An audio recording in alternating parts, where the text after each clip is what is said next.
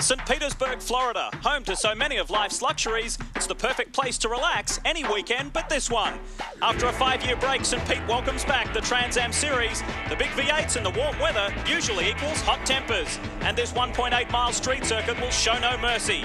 There's plenty of Trans Am history here, and today we'll create some more. America's oldest continuously running road race series is set for a new challenge right here on Speed.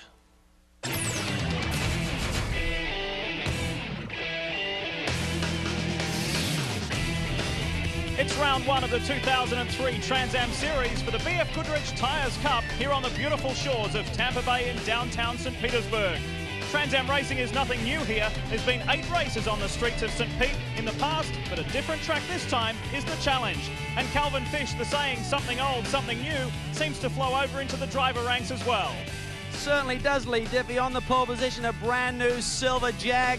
Entered by Rocket Sports Racing, and it's driven by this old geezer, Scott Pruitt. Now, I know that name well. I work with him on the kart broadcast team, making more comebacks than Michael Jordan. Good to be back in Trans Am, mate. Thanks, Calvin. Yeah, great to be back, and I figured as long as they'll let me back in the car, I got to keep doing it. Just like Michael Jordan's got to get back on the court, I got to get back in the car. Got a 1, 2, 3 on the grid. You got Paul Gentilozzi beside you, Johnny Miller right behind you. Is your teammate and team boss going to behave this afternoon? He said, you know what, all bets are off. You know, this is the start of the season. We can go out there and do what we want. I got to say hi to my family at home. We're having a great time down here, and just get this thing on the way. Well, Scott won here back in 1987. It's a Rocket Sports 1, 2, 3. And when you look to the second row of the grid, we should have been seeing last year's champion, Boris Said, but he's not there, Brian Till. What's up?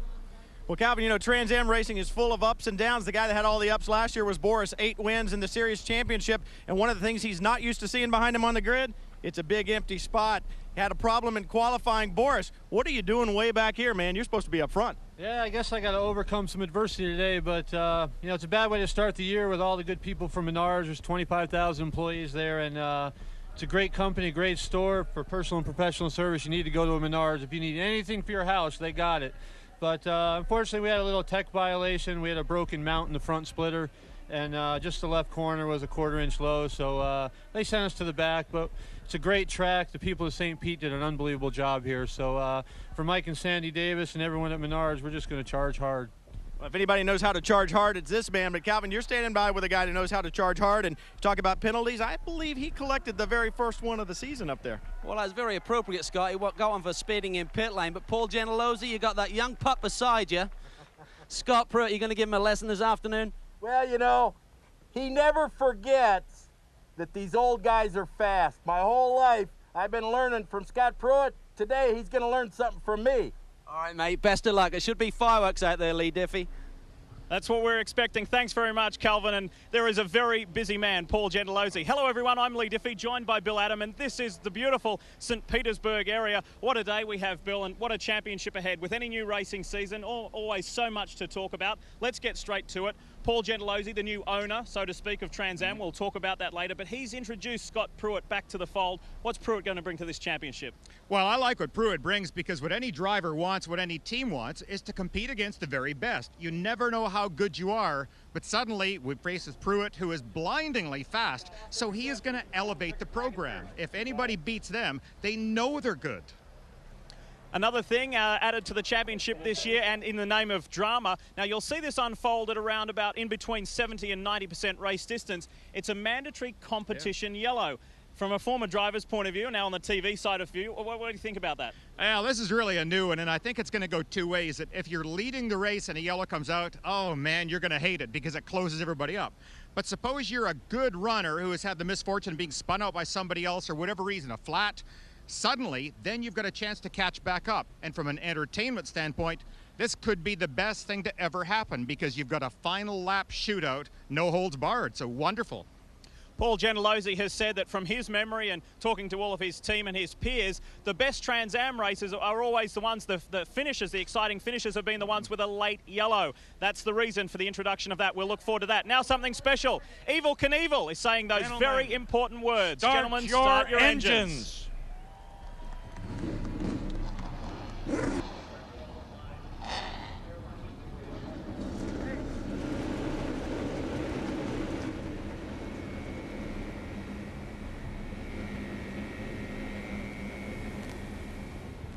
as they fire up. We will be back shortly for the season opener, the Trans Am Series for the BF Goodrich Tyres Cup. Stay with us.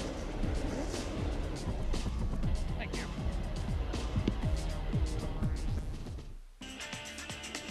Welcome back to St. Petersburg as the cars roll with Scott Pruitt in the Rocket Sports Jaguar at the head of the field. A 56-lap race awaits us, and the season opener should be a spectacular one. It's a beautiful day here in Florida. An interesting track, a new one for the Trans Am, Bill. Trans Am Series. Talk us around. Yeah, it really is a good track for these cars. Number one, it is very, very smooth, perhaps the smoothest of all, and a couple of excellent spots for passing.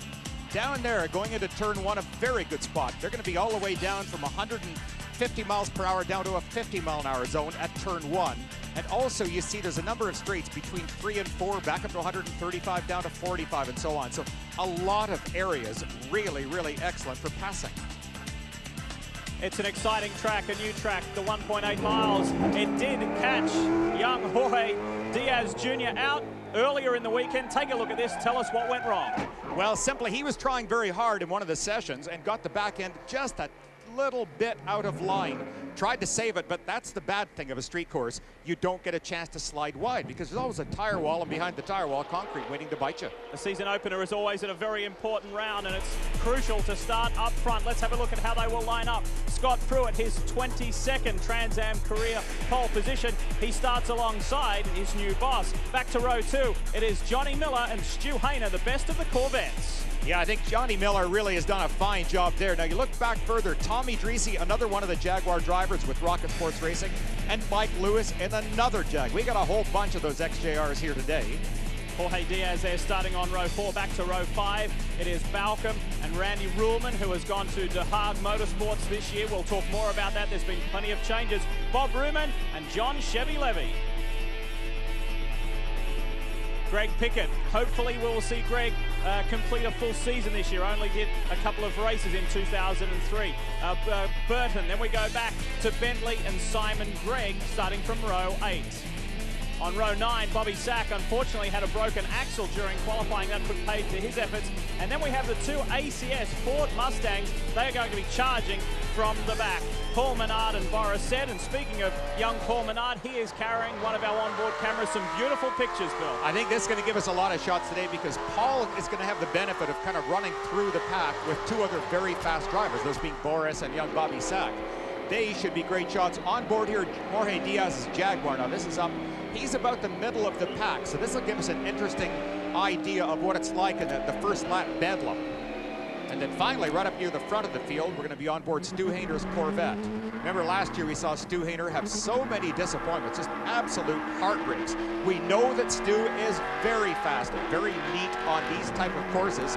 He can get so close to the walls and rarely makes mistakes, and he can be a real factor today. All right, we touched on it at the top of the show briefly. Let's expand on it. Some more rule changes for 2003. Larger fuel cells, they're back up to 33 gallons. In essence, Bill, that means no more pit stops, or no more mandatory pit stops. Yeah, I think that was a little bit too confusing for some people because you never knew if somebody was going to try and maybe eke out every last bit of fuel possible or if they would have to. Now, it was originally designed to try and make pit stops mandatory, but they just finally gave up on it. There's some more rule changes. We will go through those throughout the afternoon. Get set. We've got 56 laps ahead.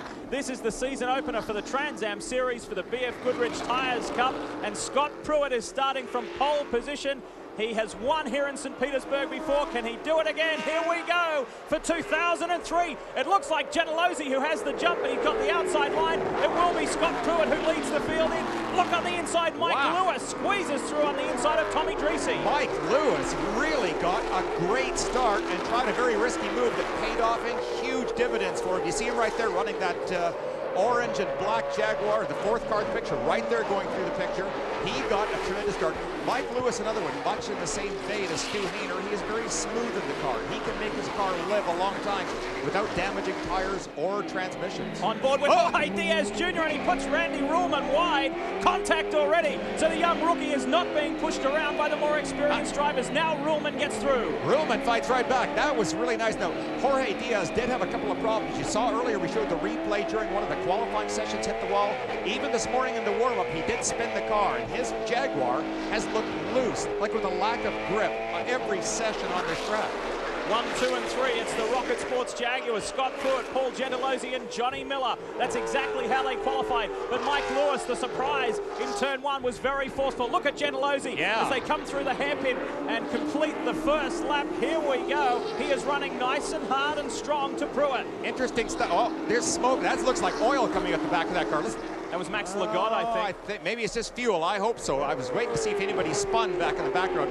Gentilozzi took a decidedly different line coming through that last corner. That was what was called a late apex. He tried to square off the corner to get on the power earlier, maybe get a little bit higher speed down the straight than Pruitt. But Pruitt got such a good run off, Paul didn't get a chance to try that pass. Max Lagotte in the Camaro it was, with the fluid and smoke coming from the rear as he sits behind Tommy Dreese at the moment in 6th position. Could have been some fuel coming out of the back, but one notable absentee from this front-running pack is Stu Hayner. Where is he? He's dropped back to 8th after starting 5th, a strong qualifying position. Meanwhile, it's the Jags continuing to run hard and strong up front. They do look so good. If you watch underneath the nose of the cars, try and watch the amount of space that remains constant from the bottom of the spoiler, that front lip, to the ground. On a lot of cars, you'll see them bouncing and flopping all over the place. It really shows a lot of instability. But the one thing that has been so impressive, we talked earlier about the Jags are so well disciplined. Their shock absorbers, their springs look like they're so sophisticated. Again, Paul Gentilozzi closes right up on the back of Pruitt. This enters this long straight that parallels the water with they'll reach over 150 miles an hour. And he is right in Pruitt's draft, starting to create a little bit of gap over Johnny Miller. He thinks about an inside move, but it's not quite close enough. Incidentally, further back in the field, as we take a look at the field come through, Boris Said has made his way up to 16th as of the last lap, so he got past Chevy Levy. He's now moved up to 15th, so Said is on a charge. Boy, not exactly wasting time at all. Boris has to be careful. He has already run into a little bit of flack this year and is currently on a probation. If he gets into any serious incidents that they deem as his fault, he could, in theory, lose his racing license, so he's got to be awfully careful. Some speculation about this car earlier. This is the Camaro of Max Lagotte. Calvin, you have more? Well, we believe it is fuel, Lee, as you mentioned, because Stu Hayner is reporting to his crew that Max is dropping fuel and the car that he's driving is just all over the place. He's dropping the fuel directly in front of Stu. It's him and one other car in front of Stu who are really hitting that fluid first, so it's really giving him treacherous conditions, and we'll have to observe that and see if it gets any worse or whether it goes away as the fuel load lightens. You know, something you might want to mention to the crew down there, Calvin, is that it looks like it is still coming out at a very set rate, so I wouldn't be surprised if there's a leak in the fuel cell, because there's a lot coming out. And that was at the end, a replay at the end of the first lap. So Max Lagotte continuing on. It's not affecting the car whatsoever, but perhaps the competitors behind. There is the number 83 machine continuing on. Report from Rumen Racing that there is quite a lot of fluid loss right rear. Here we go, inside move, and Tommy Dreese loses a position. He gets put back. Lagotte moves up inside the top 5 now. And Tommy Dreese did about as much as he could to, I don't want to use the word block, but I guess you got to use the word block. You aren't allowed to take any defensive maneuvers which require you moving the steering wheel based on what the car behind you is doing. You're allowed to put your car anywhere on the track, but not based on who's following. So Tommy moved his car over, but not a great deal, so he did allow him the ability to pass. Boris Said has now moved up to 14th. Brian Till, tell us more. Lee, I asked Neil Whitley about Boris's car. I asked him if they changed the setup and made it more of a sprint car so that they could go in short bursts really quickly and try to get up to the front. He said, we won't do anything different. We're going to run the way we always have. As a matter of fact, some of our fastest laps last year were the last laps of the race, and they know that they've got that potential, that competition yellow. As for Mike Lewis, I asked David Steele, was that start by design or by happenstance? He said, we've been beating on him about starts all last year. It looks like he made a good one here, guys. Here they are, the two ACS Express Menard Ford Mustangs of Paul Menard and Boris Said. They started second last and they are forging their way through this field. I think this is particularly impressive for young Paul Menard. I mean, Boris is a very seasoned competitor, and yet you see the other Mustang is right there with him. Now, part of it is an advantage where Boris is moving other cars out of the way, and so Paul can kind of get through at the same time, but take nothing away from this young man. He is really driving well right now, coming up to pass the Corvette of Randy Ruhlman. And you say take nothing away from Boris and Menard, take nothing away from Bobby Sack, one of our two rookies. He has come from 17th to 10th in 4 laps. We'll have plenty more right after this.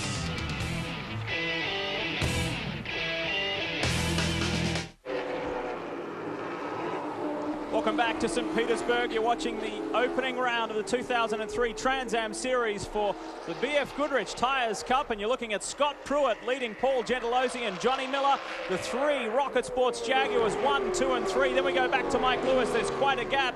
And Calvin Fish, these guys are setting quite a respectable pace up front. Well, I think that's the word, Lee, is respectable, because I spoke to Paul Gentilozzi this morning about this competition yellow. I said, do you need to save the car for the end? He said, no, we're running the softer of the two BF Goodrich tires. He said, I think it's good to run hard all day. Scott Pruitt, on the other hand, I think he's been a bit more cagey. I think he wanted to pace the race and have something left, just in case someone like Boris said makes his way to the head of the pack. So I think we may be seeing two different strategies playing out. But of course, if Scott is pacing things, he's also pacing it for Paul Gentilozzi. Brian Till? Calvin, you talk about tires. The guy that's got the freshest tires out there is Paul Menard. We've seen him move up through the pack. Don't forget, the reason he started back towards the back was he flat-spotted tires in his qualifying session, elected to put new tires on that car. He scrubbed them in this morning, just put a few laps on them. They're fresh. That's why he's moving to the front. We'll see if he can keep them underneath that car. And Boris Said is putting in some dynamic lap times at the moment as you see him come up on Bobby Sack. He looks on the inside run. Greg Pickett ahead. Boris just pulls out of that one. It's good, tight racing. Something you heard Calvin mention there was about the fast 5 lap. Let's expand on that, Bill Adam, because it's a new rule for 2003. Explain it. I like this a lot. The organizers can pick at any point a lap when, if you are within 5 seconds of the leader, you get 1 additional point. So that's incentive to really try hard. Now, nobody knows when that's going to be. It is announced once the race starts. Today, it will be on lap 22. So any car within 5 seconds of the leading car gets 1 additional point. Boy, we've seen over the years how important a single point can be at year end. And to give you an indication of just how hard the reigning Trans Am Series champion is going, Boris Said is the only driver to get in the 1:16 bracket. The rest are in the 1:17.3s, 1:17.4s. Boris Said his best lap of this race, a 1:16.7. He is flying in that Ford Mustang. Now, here's something I'm looking forward to. The car he just passed, Bobby Sack, last year at Cleveland, I thought he put in a blistering performance, and he was a rookie. He has hardly any time in these cars at all, but he's obviously got a whole bunch of God-given ability, and I think he's had his dad's coaching. He drives really, really well, so let's see how he responds to the challenge right now by the two Mustangs. The very experienced Greg Pickett just ahead of Boris. Second most experienced in Trans Am racing history, behind, as far as starts, that is, behind Paul Gentilozzi. And it will only be a matter of time before Boris gets by, and it looked like Bobby Sack was giving Boris a little helping hand. I love that. This young man really is a racer all the way to his heart. And even though it's a big name like Boris said, a Trans Am champion who passed him, it doesn't matter. He just sees a car there that he didn't want to get by. Boris Said now makes that position number 9 from the back of the grid. There is no stopping Boris at the moment. He's charging hard, and it could only be a matter of time before we see him perhaps up there in the top 5. I noticed a little bit of difference right there too, Lee, that Boris came down into that braking zone at the end of that 150-mile-an-hour straight, and his Mustang looked completely stable under braking. The other hand, Bobby Sack's car, the back of the Corvette was dancing a little bit, so he might have a little bit too much rear brake on it, causing those tires to lock up. Terrific performance by Max Lagarde. He has got ahead of Michael Lewis. Lewis is under siege now from Tommy Dreese, and then the 86 of John Balcom, as Dreese drives defensively. But Max Lagarde, who only did about 5 races in last year's Trans Am Series, is performing well here at the season opener. And right at the back of that group in 8th, there he is, Stu Hayner in the Revolution Motorsports Corvette. We ride now with Stu, taking a look at the back of Balcom. This is a good battle. Not for a podium place at the moment, but still a good points battle. Lee, I just spoke to his crew, and the car has really settled down. He was very unhappy with it in the opening laps. There was fluid coming from Lagarde's car. The car was skating around. It was loose, and there you see the action get really tight down into turn 1. So Stu is really happy with the car now, expecting to make some progress, and it really comes back to what Bill said earlier about being patient, being very smooth, keeping it straight between the walls here on the very tough St. Pete track. Now, something we have to consider too is that he was behind a car leaking a lot of fluid. As this late afternoon sun goes down, they're going to be going down the straight. The sun will be very low on the horizon. The windshield, if it's covered by gas or oil, will be almost opaque. His visibility will really be bad. Here they come, the race leader, Scott Pruitt, starting to carve through some of the traffic. He's about to come up on Simon Gregg. Paul Gentilozzi still running in a strong second, and Johnny Miller third. So it's Jaguar 1, 2, and 3. All the Rocket Sports cars there. Of course, Tommy Dreese a little further back in the field, but not too far back. He is currently sitting in 6th. So Scott Pruitt on his return to the Trans Am Series, thoroughly enjoying himself. He's in a great machine, beautifully prepared, and it is performing just right at the moment. Gentilozzi continues the chase, and we'll continue with more right after this short break.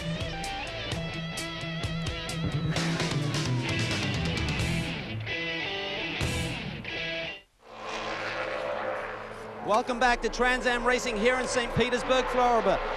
Bob Ruman has had to make a pit stop here, and you can see some damage in the right rear corner. That's really what happened when Boris is on a charge. He has to nerve a few people out of the way, and what it's done is loosened up the battery, and it really shut down the engine completely, so the crew are making a change here. I also noticed a little bit of fluid dropping from the rear end as well, so he may have damaged the fuel cell, or maybe possibly an oil line as well. The view back from Stu Hayner's car, and Boris Said is now down into the 1:15s, a 1:15.0. It is the fastest lap of the race, and he continues this charge. That's sorry to see Bob Ruman in trouble. It's the hometown of his major sponsor. Gene McNichols from McNichols Co. is here. They've got a lot of VIPs and guests, and that's tough to see Bob struck down like that. But let's get back to the action in the 33 ACS Express Ford Mustang. Here comes Boris. He is still in 9th at the moment, charging hard, and he's got a little bit of a tougher customer to get past now. And I think he's got a little less paint on that left rear wheel well, too. Oh, he got him. That's Tommy Dreese. He hit Mike Lewis, and they split. Good driving, and Boris is the big winner out of that one.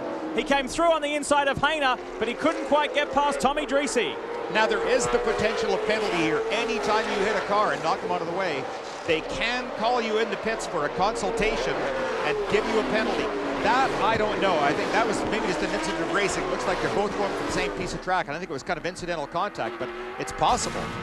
Let's take a look at the replay. Talk us through, Bill. Yeah, now you could see him coming down the inside. Both cars clearly in control, no brake, and right there at the last minute, he realized that the car was turning in, was not going to be able to avoid it. He did try to avoid it, but at that point, you're committed. It's like jumping off a diving board. Once you're up in the air, there's not a whole lot you can do. No doubt about it. Definite contact there, and Tommy Dreese got away with it. Now, we've just been told from race control that Tommy Dreese will receive a black flag and a stop-go penalty. And I think that's not a bad idea. I mean, it was one of those things that's questionable. I wouldn't have given it, but if the organizers are going to do it, they're setting up a standard here, and I do like that idea. I wouldn't want to see... Oh, and Paul Gentilozzi goes by for the lead.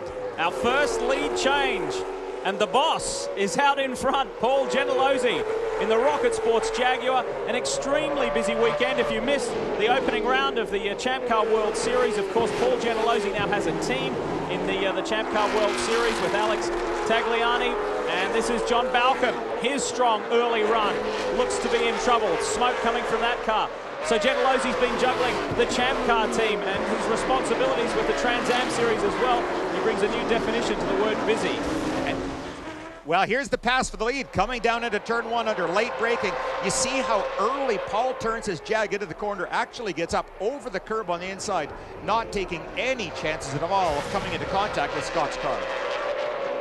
That was an interesting comparison because just a couple laps before, we saw Tommy Dreese get into the side of the other Jaguar. Now, there were 2 more Jaguars, and you saw the different lines. Paul was able to avoid the contact by taking a much tighter line. We talk about new rules for 2003. Another amendment is that any driver who leads a lap in the Trans Am Series for the BF Goodrich Tires Cup this year will receive 2 points, but Paul Gentilozzi will only do about 50% of the races this year. Calvin? Well, Lee, radio communication between Paul and his crew was it was getting a little boring out here. Now, I wonder if that comes from being a driver or a race promoter or series promoter, should I say, with the Trans Am Series. But he certainly livened it up, and I'm sure it's got Scott Pruitt's attention. Let's drop down pit lane to Brian Till. Change for the lead. Scott Pruitt is back in front, and here comes Johnny Miller. The Rocket Sports boys are having a ball. Well, Paul is aware that entertainment is a huge factor in motor racing, and I think right now They are having a ball, and look in the back there. You can see that there's a third, that 64 Jaguar of Johnny Miller.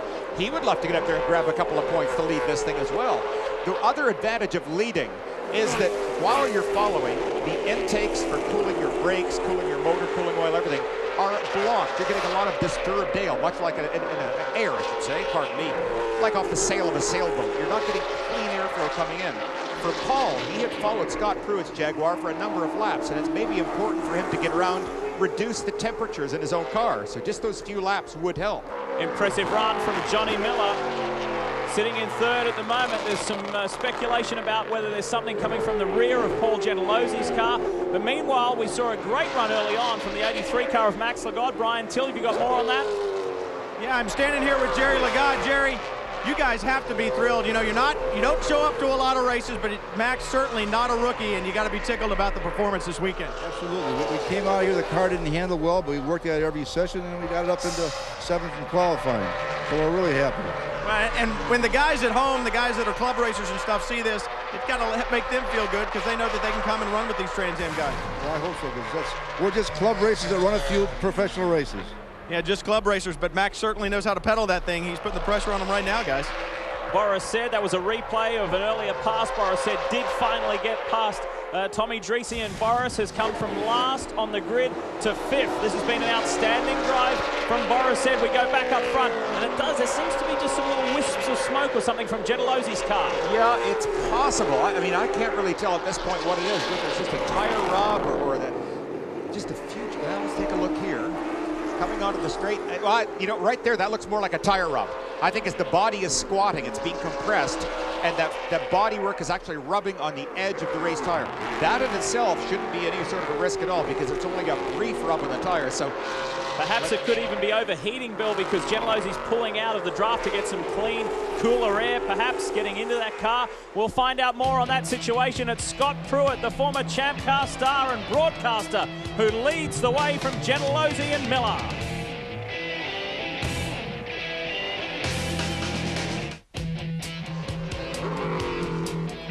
Welcome back to the Grand Prix of St. Petersburg here in beautiful Florida. We're in the downtown streets of St. Pete, and we have got a race on our hands. Here's the top 3, Jaguar 1, 2, and 3. But it's the Ford Mustang of Boris said, the defending Trans Am Series champion, who has put in blistering lap after lap after lap. He has now come within 2.6 seconds of our race leader, Scott Pruitt, and continues this mighty charge from 19th and last on the grid. that is remarkable. I think this is just a phenomenal performance. They were right there watching Boris's Mustang. He has really done a great job because coming from the back, I mean, 2 things that are so impressive. Number 1, he's been able to get through all of this traffic. But secondly, he is running laps that are faster than his qualifying laps. Now, for those of you out there that aren't really too familiar with motor racing, when you qualify, your car is in a perfect condition. You try and run a light fuel load to save weight. You're out there and you pick a lap when nobody else is around, and then the track is clean. We are coming after a kart event here. There's a lot of rubber on the track and so on. He is going faster than he did in qualifying. Just an astonishing job right now. Well, we just heard from Jerry Lagat, and we praised Max Lagat for his strong run in this season opening round. While we were away, he came into the pits. Brian Till, tell us some more about that. Lee, we were just praising his drive, and what a great drive it was. We were just talking to your dad, Max. We shouldn't be talking to you. You should be out on the track. What went wrong? Yeah, I know. I wish it was the other way around, but we had the gearbox went, and that was it. Kept popping out of gear, and finally it broke it. So that's all we could do. Well, you guys show up and run well whenever you run. It's nice to see you guys show up and do well. How's the track right now after the kart event? Track's really good. I mean, it's clean. It's got a ton of grip to it. And the BFGs are hooked up real good today. So good, cool day, good traction. Well, great track, but not a good gearbox for Max Lagat. Unfortunately, he's out. Calvin? Well, a quick update on Paul Gentilosi, Brian, where the crew is saying that unaware of any problem with that machine. Paul is not radioed in. Everything looks good with the temperatures and pressures, so that car should be good to go. But I'm a little surprised, Bill Adam, that Boris is pushing so hard. Once he got up in the top 5, I expected him to just settle down a little bit, recognizing the fact that we are going to see that competition yellow and try and save the car a little bit. But the other thing that may be happening, we're approaching lap 22, he'll certainly want to be within 5 seconds of the leader. Yeah, I think you're exactly right. To get to the leader is so important, but you know, it's one thing to do it all logically, but God, you know, Calvin and Brian yourselves, that to do it logically or do it with your heart. And I think right now, Boris is driving a lot with his heart. He got very angry and frustrated being put to the back. and he is a defending champion. He wants to prove that there was no fluke winning last year. Well, I just talked to Neil Wheatley, and I said, has he said anything on the radio? And he said, no, Boris hadn't said anything. He's just driving hard. We're waiting for that competition yellow, and you guys watch this Mustang kick that cat. Yeah, he's just growling right now. He won't say a word. Now, the next time by, we implement one of the new rules for 2003, and that is the fast 5 lap. On lap 22, we're on lap 21 now. At the beginning of lap 22, all of the drivers, the drivers that are within 5 seconds of our race leader will receive a bonus championship point. And at the moment, it's only going to be the top 4. Boris Said is within 2.5 seconds. Then we go back to Stu Hayner. He will miss out. He is some 6.5 seconds behind Scott Pruitt. Yeah, Stu Hayner, actually, he's the other story to talk about right now, because through all of the problems, he did maintain his cool. Here we're on board Stu's Corvette right now.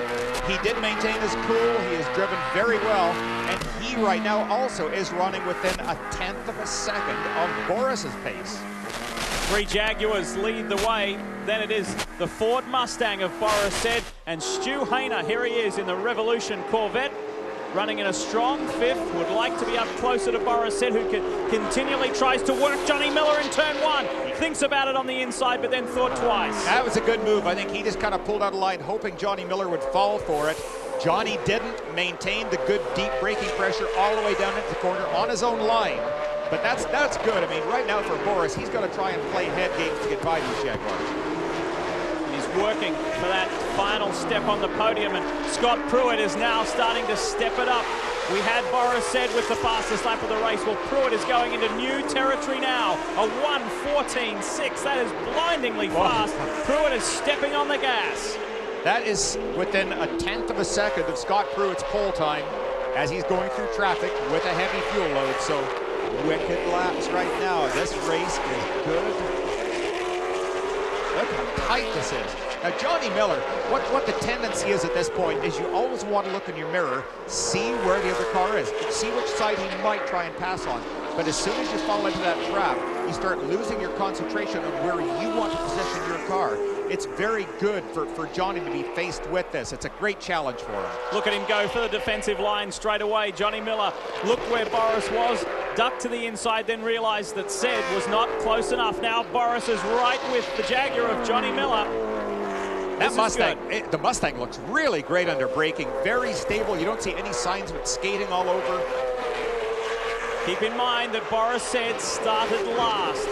An infringement, a tech inspection. They said the front end of the car was too low. It did not meet Trans Am regulations. They sent him right to the back. But the ACS Express machine is running express right now.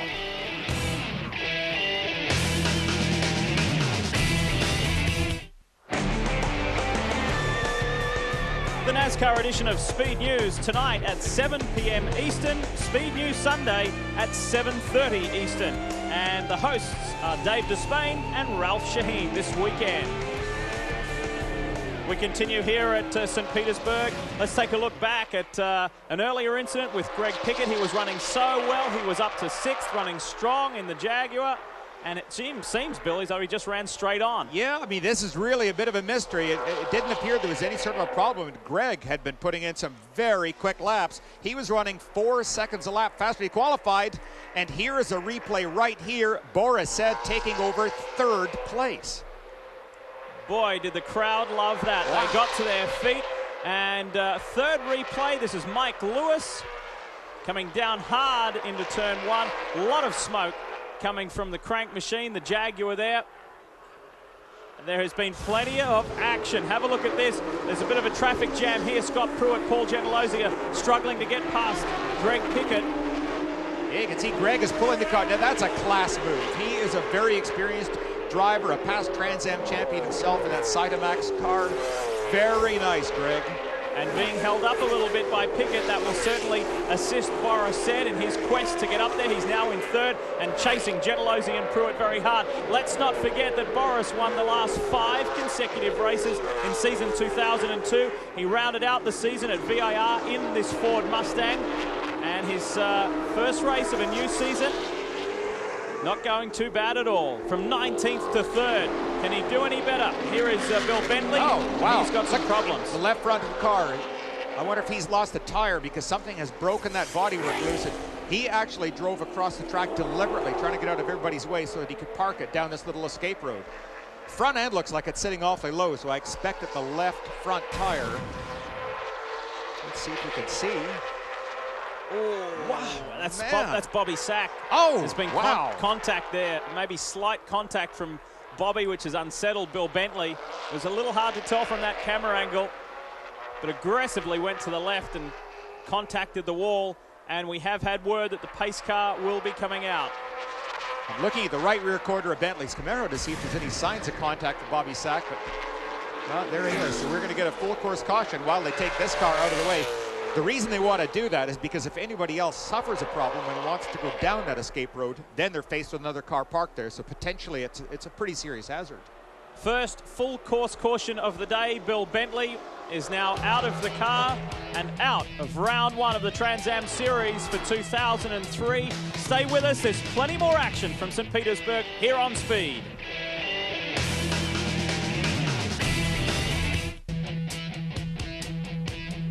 Welcome back to the Grand Prix of St. Petersburg, and the action is hotting up here in the season opening round for the Trans Am Series. For the BF Goodrich Tyres Cup, Scott Pruitt leads the way from his new boss, Paul Gentilozzi, and Boris Said continues his mighty charge up into third from 19th on the grid. Miller and Stu Hayner. There's some question marks over his car at the moment. We look further back.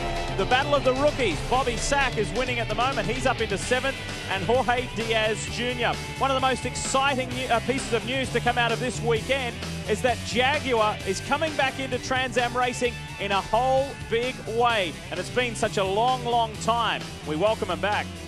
It's been 25 years since Jaguar actually last competed with Jaguar Power in Trans Am.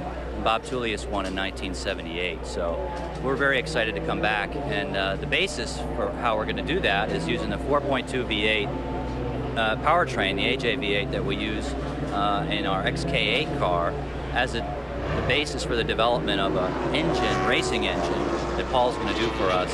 And sometime this year it'll make its first appearance. So we're kind of in the middle of the development program right now of this program. You know, we're in Formula One worldwide. That's a very big sport, as you know.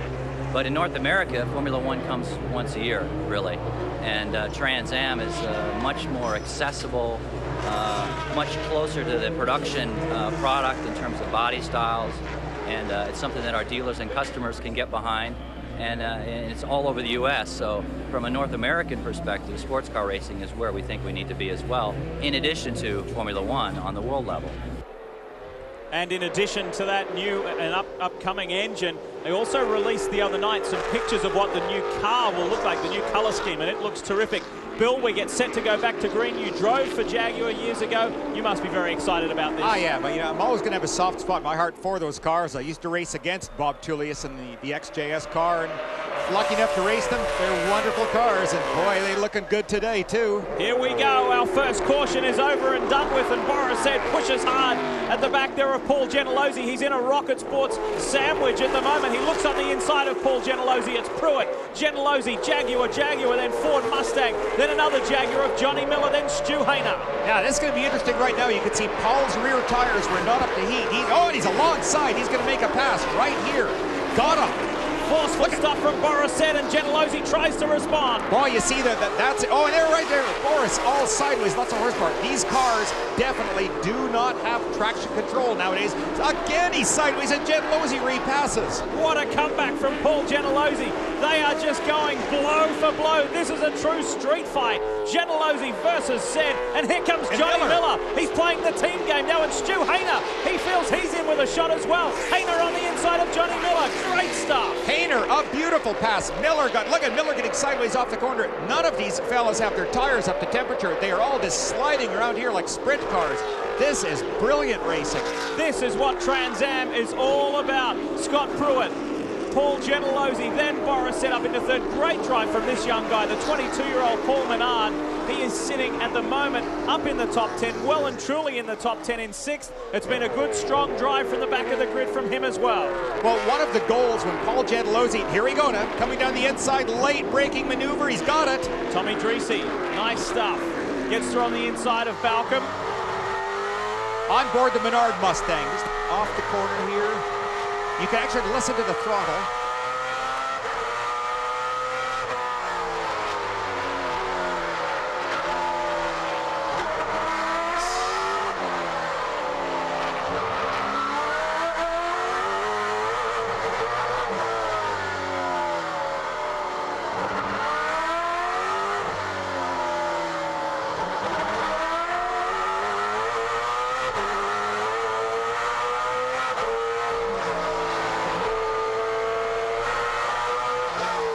Something just to pay attention to here, just for a moment as we listen. Listen to how softly he applies the throttle. It's squeezing it on instead of snapping it to the floor. Let's ride some more with Paul Menard.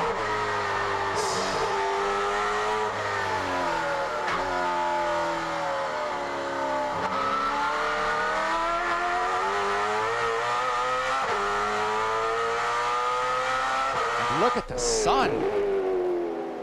There's definitely a factor at this time of the day. Johnny Miller on Stu Hayner. Good, strong inside move. He's in the right position.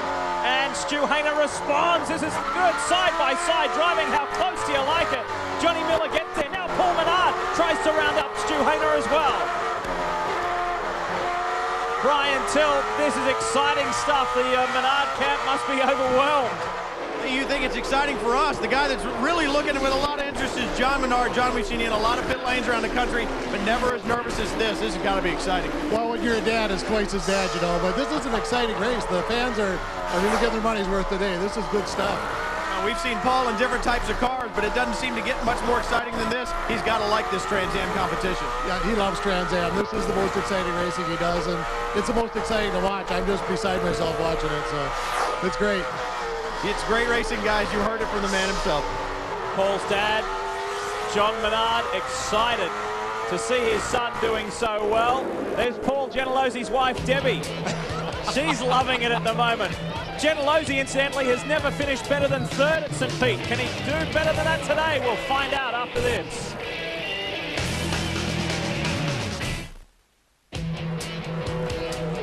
Welcome back to Trans Am Racing in St. Petersburg, Florida. Scott Pruitt runs out front, his teammate and boss, Paul Gentilosi, runs second, but we understand there are problems on that blue Jag. The front splitter has come a little bit loose, causing Paul some handling problems there, so that may be why he's dropped away from Scott Pruitt and now coming under pressure once again from Boris Said. Also, big surprise for Stu Hayner. We heard during the caution period that he'd lost a cylinder. Well, unless he's got 9, he certainly doesn't have a problem right now. Let's go down to Brian Tell. Well, Calvin, you talk about the problems of Paul Gentilosi. We saw Boris Said struggle after that restart, and the crew jumped out in pit lane with tires and jacks. Boris said he thought he might have a flat. We saw the car sliding around. It looks like maybe in those battles with Paul, he got offline, got some pickup on those tires. They seem to have come back underneath him, and with Paul having a problem, these guys cheering every lap, trying to route their driver on by that cat in front. And if anyone was wondering what Scott Pruitt, there's Debbie Gentilosi again. A lot of discussion down there in the Rocket Sports pit. If anyone was wondering what Scott Pruitt can bring back to Trans Am Racing, he can bring a whole lot of speed. Look at that, you don't see him anymore. He is 5.6 seconds out in front. Goodbye, Scott Pruitt. And I wonder if going over that bump on the inside of that corner right there had anything to do with Paul's car, because look, you can see the nose. It's actually delaminating right now. And I think he's got a fairly serious problem. Maybe even the entire nose box support is giving way. Earlier we saw the smoke when Paul's going around corners. That was from the splitter, that lower edge of the front nose dragging on the ground. And we could actually see the difference between Pruitt's car and Gentilosi's car. The gap that was remaining so constant on Pruitt's car was not there on Paul's car, and you can see that bits and pieces are now coming off. He is still going quickly. He's still only running 1/10 of a second slower, but the car is being chewed away bit by bit. Well, we're going to be talking a lot about that in the coming laps. Boris Said on the inside. Look at this. Door handle, and Said is through. Now Johnny Miller lines up for a shot as well. Gentilosi is in major trouble. He's backing out of it. Paul is definitely backing out, letting Johnny Miller have a shot at him. Wow. Well, I said we were going to be talking a lot about that front end. Calvin, can you tell us some more about that? The team is setting up Lee a spare front end here, but it takes 5 to 8 minutes to change one of these things. So last resort is just try and get him back out there and score some points possibly. So if he's going to stay in the hunt for a podium finish, he'll keep charging on. But I'm sure it's affecting the handling, Bill. When that splitter seals off, theoretically it should put but it's probably the inconsistency of that that's causing him trouble. Yeah, the other thing, too, that I would worry about also, Calvin, is that you could see the radiator, the position that it had on that front nose box. If the nose box itself is collapsing, potentially the bottom of the radiator is hitting the road, so maybe he's overheating, losing water. You're looking at the view from Paul Menard's ACS Express Ford Mustang. Terrific drive from this young guy from Wisconsin. Sitting now in 5th, a very strong 5th, started 18th. A really tremendous drive and thoroughly enjoying the streets of downtown St. Petersburg.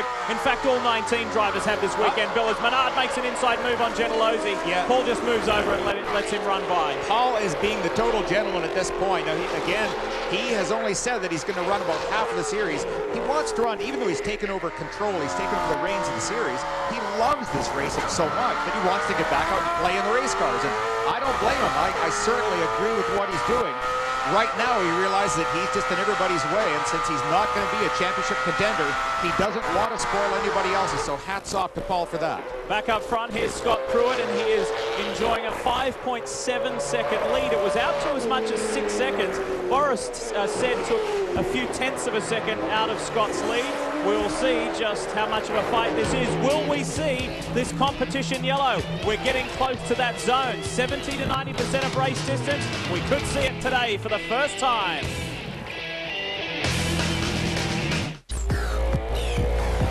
Speed Channel can offer you so much from the world of motorsport. Now we can offer you something more. Wind Tunnel with Dave Despain, Fridays live at 11:30 p.m. Eastern. Please join us. We had well, Dave had his first show on Friday night. It was a huge success, and it's only going to get better. Wind Tunnel, Friday, 11:30 p.m. Eastern. We continue on here. And the view from Jorge Diaz Jr. He's carrying one of our onboard cameras today. Now, a tremendous rookie battle this year. We're going to talk a lot about it. Here is Bobby Sack in the Revolution Corvette. Jorge Diaz has just got past him. I'm not sure if Bobby Sack's running into some problems. Sack has had the upper hand today. They're running 8th and 9th respectively. You know, and I would guess right now that Sack does have problems, because look at the back of the car after he goes by the camera. You'll see the back is really dirty. Look at that. Just filthy compared to the following Corvette. He's really covered by a lot of fluid, so he's got a leak someplace, and if it's coming out the back, there's a good chance that it's also getting on his rear tires. Well, Bill, they think it's the oil overflow. As actually the hose comes all the way back there towards the rear tires. It was actually giving Bobby some handling problems, so they've been really carefully monitoring tire oil temperature, oil pressure to make sure that it doesn't run down too low and cause him to blow the motor. But the car's slipping and sliding around. Bobby's obviously lost a little bit of his pace, but it's been a tough weekend for him in qualifying. He lost an axle housing, caused him to start from the back of the pack with the other boys, but had a good charge going until this problem. Yeah, just watching him down the straight there too, Calvin, he held his left hand out the window just to try and get a little bit of cool air, so I think he's working really hard to get his hand to break. Just to hang on to that car is a huge challenge. Randy Ruhlman, his new drive this year for DeHaag Motorsports, and speaking of DeHaag Motorsports, we will see Justin Bell. He will not be doing the full series this year. We are under a full course caution at the moment. This is our second one of the day. Just finishing off that point that we will see Justin Bell at Long Beach. And this is the competition yellow. Confirmation of that. This is our first competition yellow. The reason for this, they're going to bunch the field up. They want a good, close, exciting finish. I don't know how it can get any more close or any more exciting. This is just remarkable right now. What's going to be interesting here is now, how much do you gamble? You still have a fair number of laps left. Once everybody bunches up, then they're going to have the option of making a pit stop. Do you gamble on coming into pit to put fresh tires on?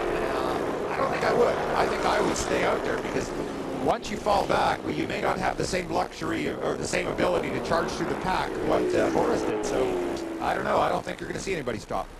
Our first competition yellow for the Trans Am Series in 2003. Scott Pruitt is our race leader. He has led almost every lap. Will he be able to go through for the victory?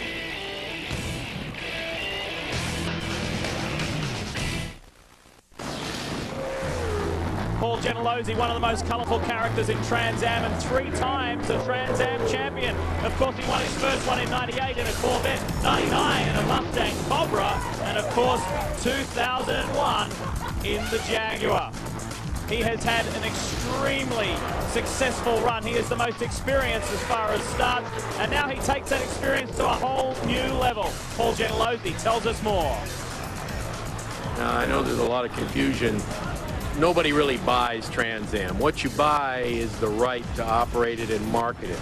It will always be sanctioned by the SCCA. It's 38 years, an SCCA series, and we're not trying to separate ourselves from that. We've just taken an operating position with a license to use the name. From the standpoint of what a promoter gets, Trans Am is far better than anything else. It's got drivers that have long histories of racing in the U.S. And I'm going to make that more exciting as we go through the year. I'm going to bring some drivers in the Trans Am Series, put them in my car that are going to bring spectators to the racetrack. So we've got drivers, we've got cars everybody can recognize, and we've got door-banging, wrecking, last lap crashes. That's what people come to see. It's drama. If you don't have drama, you don't have any competition. Without competition, you got no excitement. Who could say it better than that? Paul Gentilozzi explaining just what this new ownership tag means. We're coming out of this first competition yellow. We are going green with just over 10 laps left to run. Can Scott Pruitt make his comeback to Trans Am Series racing just what he wants it to be and bring up Jaguar's first ever win on the streets of St. Petersburg? And this is exactly what Paul Oh, and there's contact. And Streecy has done it again. No, he is definitely going to get called in. That was without question avoidable. Tommy Dreese way too deep down the inside. T-boned Menard's car as he turned into turn one. They call Tommy Hollywood Dreese. Well, he's given us plenty of action, that's for sure. That was the horror movie right there. Look at this. Johnny Miller all over the back of Boris Said at the restart. Meanwhile, Scott Pruitt continues to skip away. Can Boris go with him? Has he got anything to throw at Scott Pruitt? Well, Miller seems to have been saving his car all day. We haven't seen him put a wheel wrong, and he is very, very quick on street circuits. This is one of his favorite types of track. Very smooth, very quick. And look at Johnny. He's having a real good run at Pruitt. Johnny Miller had a good, strong run in 2002. Let's have a look at the replay. Keep your eyes center of screen. Tommy Dreese in the black and yellow car. Look at Dreese, how tight he's at the inside. Now the Mustang starts to turn in. Menard is on the perfect line. He is doing nothing wrong. Dreese should not have put his car in that position. That was an accident waiting to happen. Tommy has already had a black flag, a stop-go penalty today. He may very well get another one for that. This is real time on board with Menard. Listen. Crash. Calvin? Well, what had happened during that caution period, Paul Gentilozzi had his crew go down to Tommy Dreese and say, make sure he's on it when we go back to green. And maybe Tommy was feeling the pressure from his teammate and boss, because he certainly was on all right, maybe a bit too much. That was some stunt. I think he's got to ask on what? On top of the trunk of the Mustang? Or? Side on view. That was a pretty decent hit, too. That was a good shot. And credit to Paul Gentilozzi, too, Bill, because he ducked around the outside, avoided that. And another rough driving declaration. It will be another black flag, another stop-go for Tommy Dreese. How about this? One of our two rookies in 2003, Jorge Diaz Jr., is up to 5th after that restart. Sensational stuff from the Puerto Rican. He did such a good job last year at the you see the part of his grill hanging out the side there on the Dreese Jaguar. Hopefully that won't fall off, because that's something that probably could cut a tire if it were to fall off and fall in the path of somebody. But young Diaz Jr. did a tremendous job last year in Miami. He came in that Jaguar, drove it beautifully. He was very quick, very smooth. And there comes Tommy coming into the pits to serve his stop and go. Now, this being his second indiscretion of the day, he has got to start being very careful. Running order at the top of your screen. It's Pruitt, Said, Miller, Gentilozzi, Diaz Jr., Hayner, Ruhlman, Sack. That's Bobby. That's Don's son, Levy, and Michael Lewis rounds out the top 10. There's the gap, 2.3 seconds it is from Scott Pruitt back to Boris Said. Here is your race leader, Pruitt. There is Boris Said, 19th to 2nd. Good, strong run in the season opener. Brian? Well, Lee, I think the thing that's surprising to me, and certainly to Boris Said's crew, is don't forget Scott Pruitt does not have a lot of experience on these BFG tires, and certainly when they're cold, and they will really look for Boris to get the jump on it, especially in these first couple of laps after that extended yellow when these tires were cold. What did Pruitt do? He impressed me. I mean, he came to grips with these things very quickly. He's pulled out that lead again, and it's going to be work for Borisset. He's actually, I'm sorry, Brian, I was just going to say, he's actually looked the best of anybody today because he's been so smooth on the restarts, and we saw all the excitement earlier when Boris got sideways, Paul got sideways, even Johnny Miller had a little bit of a wiggle coming off the corner, but Pruitt has been as smooth as glass. Well, including this race, testing, qualifying and practice, it's only Pruitt's 5th time in this car, and he leads well.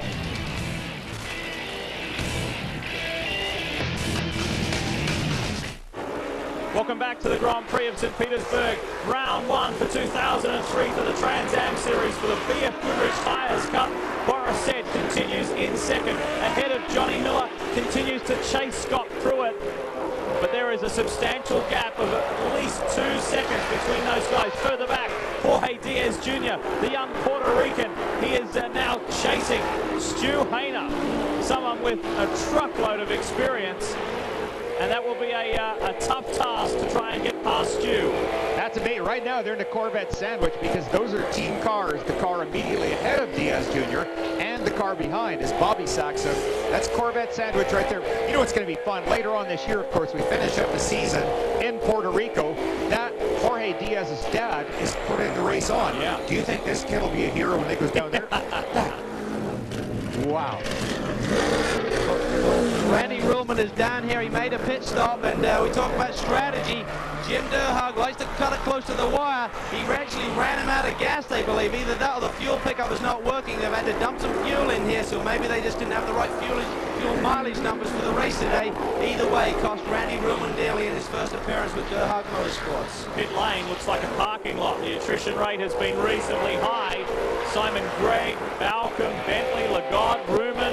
It's been a tough old day. The view back from Jorge Diaz Jr. Right behind him is Bobby Sachs. So the 2 rookies running 6th and 7th. Some great points there, but as far as the rookie battle, it looks like Jorge Diaz Jr. will strike the first blow. A couple of hot young drivers for the future. They're both so nice to chat with you. I love this when they approach this with such manners. I mean, Don Sachs got a lot to be proud of for his son, and certainly Diaz Sr. for his son as well. And they are driving beautifully. They're really doing a nice performance. Well, someone who should be pleased is Mike Davis from the ACS Express team. Let's hear from him now. He's with Brian. Well, Mike Davis, car owner for Borisset, and pretty good driver yourself. I know it's got to be hard for you to stand here and watch, but not this performance. Does he ever cease to amaze you? Boris is just, he's on the gas constantly. You think he's all done, he's got a little bit extra. What did you tell me just a minute ago about this race? It's not over. Hold on, guys. He's right. It's not over yet. Well, we're with inside 10. There's 6-7 laps to go here on the streets of St. Petersburg. A credit to Rick Baker, the mayor of St. Petersburg. What an event in the cooperation with Dover Motorsports. Everyone has done a marvelous job. First time out on this revised, this new, this amended circuit. It's been brilliant. Thumbs up from all of the drivers. Everyone involved. Everyone has enjoyed it. And it has been conducive to great racing. Without question, there has not been a complaint about this track at all. It is really an outstanding job. Now, something talking about this race not being over. The race between 2nd and 3rd is not over. Johnny Miller has closed it down to 6/10 of a second here. He is actually running 4/10 of a second a lap faster than Boris. So Miller's Jaguar right there, the Eaton car, is coming on strong. There is only less than 3 seconds from 1st to 3rd. Pruitt, Sand, Miller. Can Pruitt hang on? We'll find out. Welcome back to the streets of St. Pete here in downtown St. Petersburg, Florida. Beautiful weather this weekend. We had a massive thunderstorm last night and washed a lot of rubber off this circuit. But of course, we've had round 1 of the Champ Car World Series earlier today here. And congratulations to Paul Tracy, what a drive. And his first one for the Players Organisation. Great drive for Paul. The Canadians will be going crazy. And former Champ Car driver, former competitor of Paul Tracy, Scott Pruitt, leads this race and leads it well. There's only been 2 leaders today. Paul Gentilozzi led very briefly earlier this race. He picked up 2 points for that, but Scott Pruitt has led for the entire race other than that. Now this will be reverted to a timed race. It was 56 laps or 75 minutes, whichever came first. The this one will finish a little shy at the 56 lap mark. Yeah, you can see Johnny Miller, too, still has not given up the ghost yet. He came off that corner onto the straight. Now more contact takes place. Simon Gregg down there with, guess who? Oh, my Lord. 1, 2, 3. Tommy's been in everything today. I think it may hit the fan after that one. We don't know what took place there, but getting back to that. Oh, now here, this could be entertaining here because you see in the background that silver car. There is Pruitt. Is he going to get cleanly by? Will Simon Gregg? Will Simon's pulling over?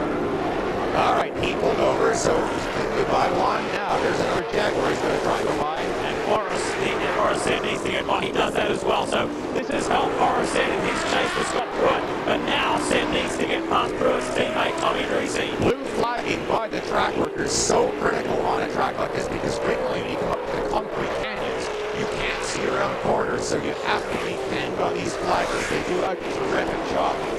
Jaguar has won plenty of races in Trans Am Series history, but they have never won here on the streets of St. Petersburg. Scott Pruitt has won in St. Pete before back in 1987. Can he do it again? He has 2 Trans Am Series titles on his resume, and he could make it a 3rd this year. So smooth coming off the straight. Pruitt continues to look just beautiful. He's in total control with that silver Jaguar.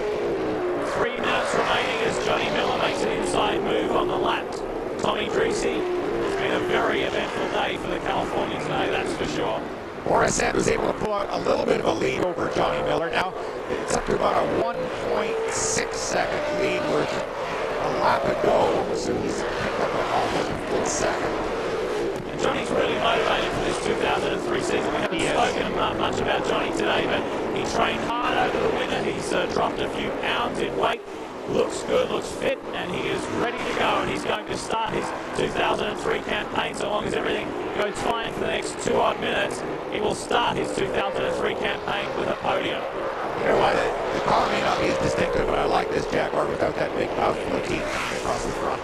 And this new color scheme, this new design they're now calling to the team is affectionately calling him Johnny Lightning. Yeah, they're such good-looking cars. These are just beautiful cars. Just under 2 seconds, the margin from Pruitt to Seth. Boris needs to do something and do it fast if he is going to do anything about Scott Pruitt in this Rocket Sports Jaguar. Time is running out, and we should have around 2 laps left. Yeah, I was wondering if they were going to get a yellow, a white flag being shown on that lap, but they didn't. Pruitt will be just counting down the corners right now, just trying to maintain concentration, which should not be difficult for him. He's a good rider. I can remember the first time I saw Scott, he was driving go-karts at Sears Point, California. And somebody told me, said, there's a kid that is really going to be something. Boy, is he ever. And this is something that's near and dear to Scott's heart. I'm talking about the involvement with Jaguar. You heard earlier that Jaguar is going to come back in force this year, that they are going to manufacture a 4.5-litre, 650 horsepower engine. Scott will use that engine later in the year once it's ready, once it's been tested. Of course, his history with Jaguar goes back to the Tom Walkinshaw days. Well, he also wants a closer involvement with Jaguar later this year because every pole winner this year wins a key. And at year end, they all get to try the key in a Jaguar for the use of one for a whole year. So. And we will see the white flag this time round. Scott Pruitt out of the hairpin, brings it onto the front straight.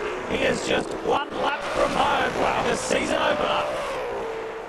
What a debut, and you can see there's Boris a long way behind. I think should a mistake happen, that's the only way that Boris is really going to catch him at this point.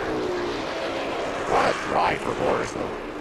Fastest lap of the race. We need to get through this very quickly. Fastest lap of the race is owned by Scott Pruitt at a 1:14.6.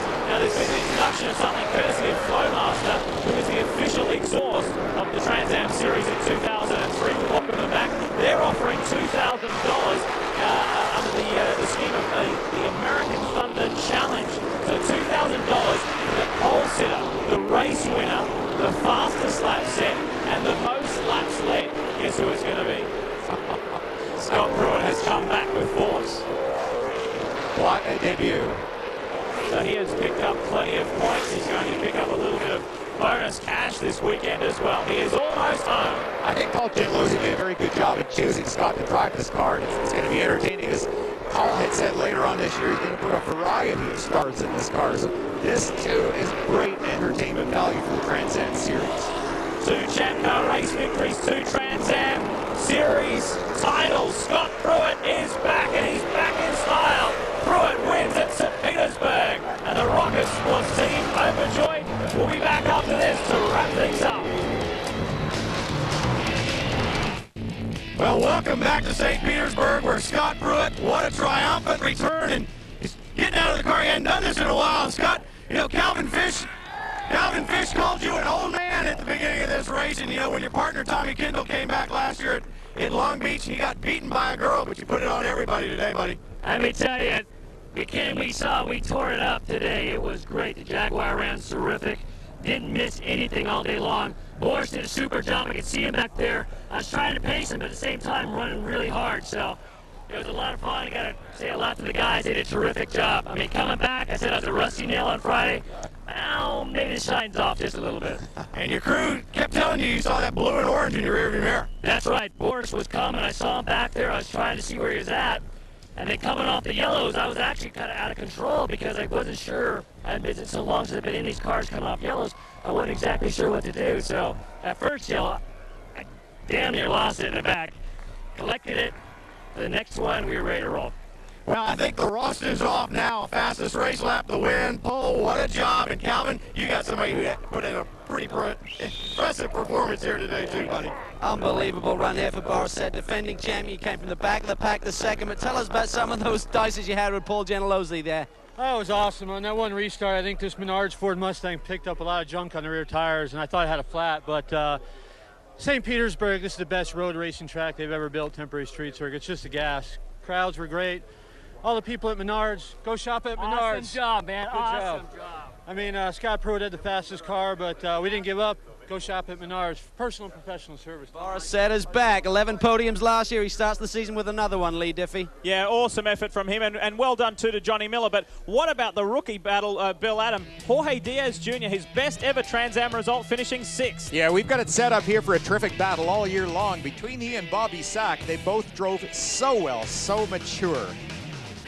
They did a tremendous job. We look forward to the next round of the Trans Am Series. It is the Toyota Grand Prix of Long Beach that will come your way here on Speed, 9 p.m. Eastern, April 13th. There was plenty of action today, plenty of drama, and that's exactly what we wanted for this new season. Keep up to date on speedtv.com. We've had a wonderful day here in St. Petersburg. On behalf of Brian Till, Calvin Fish, Bill Adam, I'm Lee Diffie. Hope to have your company in Long Beach.